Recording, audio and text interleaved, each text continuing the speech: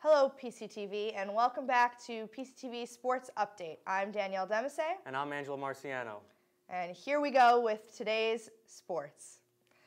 In men's basketball, they posted an 0-2 record on the road last week as it fell to Pittsburgh 86-74 on Wednesday, January 25th, and South Florida 81-78 on Sunday, January 29th. Against Pittsburgh, junior guard Vincent Council scored a career-high 26 points in the Big East play and registered his fourth double-double as he had 10 rebounds. In a close game with the Bulls, Henton led all players in scoring with a career-high 33 points, 8 rebounds, and 3 steals. Henton's 33 points broke the record for most points in a game by a freshman at Providence. Prior to the game, Ryan Gomes held the record as he had 31 points as a freshman in a game at Miami. The Friars were back in action when they hosted Rutgers at the Dunk on Wednesday, February 1st, and they were victorious in that game.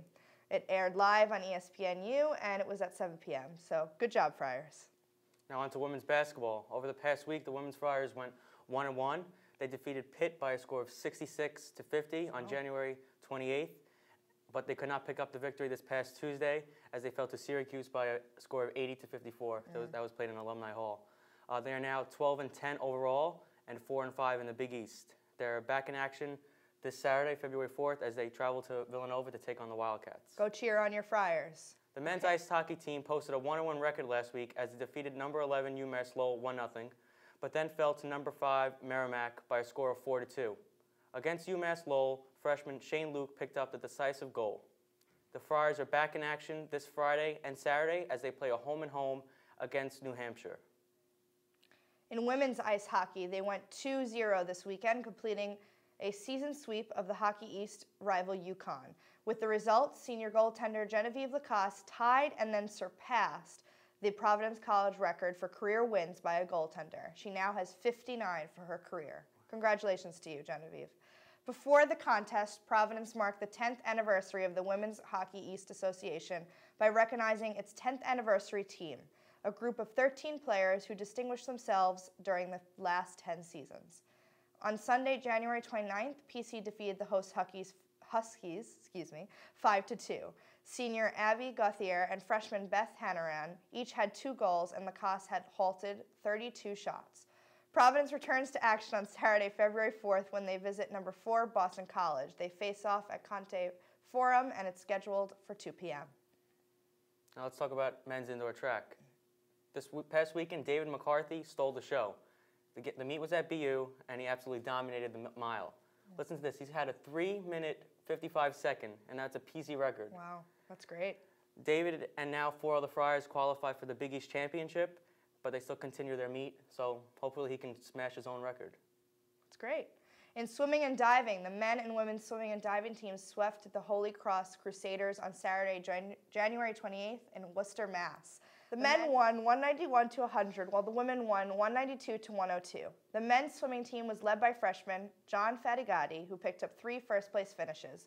Fellow freshman James Butler qualified for the Big East Championships after winning the 200-yard freestyle event in 1:46.72. On the diving side, junior Allie Black won the 1-meter diving event, receiving 269.09 points. The Friars return to Taylor Natatorium on Saturday, February 4th, when they host Boston College at 11 a.m. in their final meet of the regular season. Fast season, wow. Yeah. That's on to women's indoor track. The women's indoor track team turned in many strong performances at the Terrier Invitational in Boston, Mass. This past weekend. Sophomore Emily Sisson took second in the mile by finishing with a time of 4 minutes 38 seconds, while classmate Laura Nagel finished in 5th place with a time of 4 minutes 46 seconds. Both times qualify for the Big East Championship.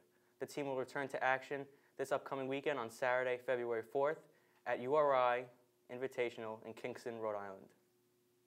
Now let's talk about the NFL. As everyone knows, it's the Super Bowl this weekend with the New York Giants taking on the New England Patriots. The main question everyone wants to know is, will Rob Gronkowski play? But as of right now, it looks like he is going to play, even though with his high ankle sprain, it's a point where he thinks he can play. Did he sprain his ankle in practice? He sprained his ankle against the Ravens. Oh, okay.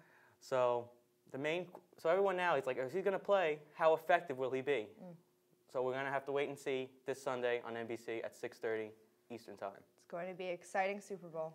In NBA, the Celtics have recently won against the Cavaliers and the Raptors.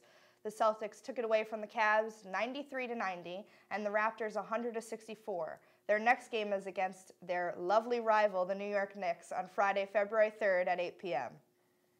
Now we'll finally end our show with the NHL.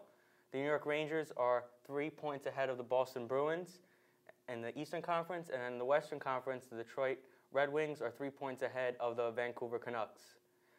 That's all that we have for the NHL, and that concludes another episode of the Friar Sports Desk. We hope you enjoyed the show. Tune in next week. Go Friars.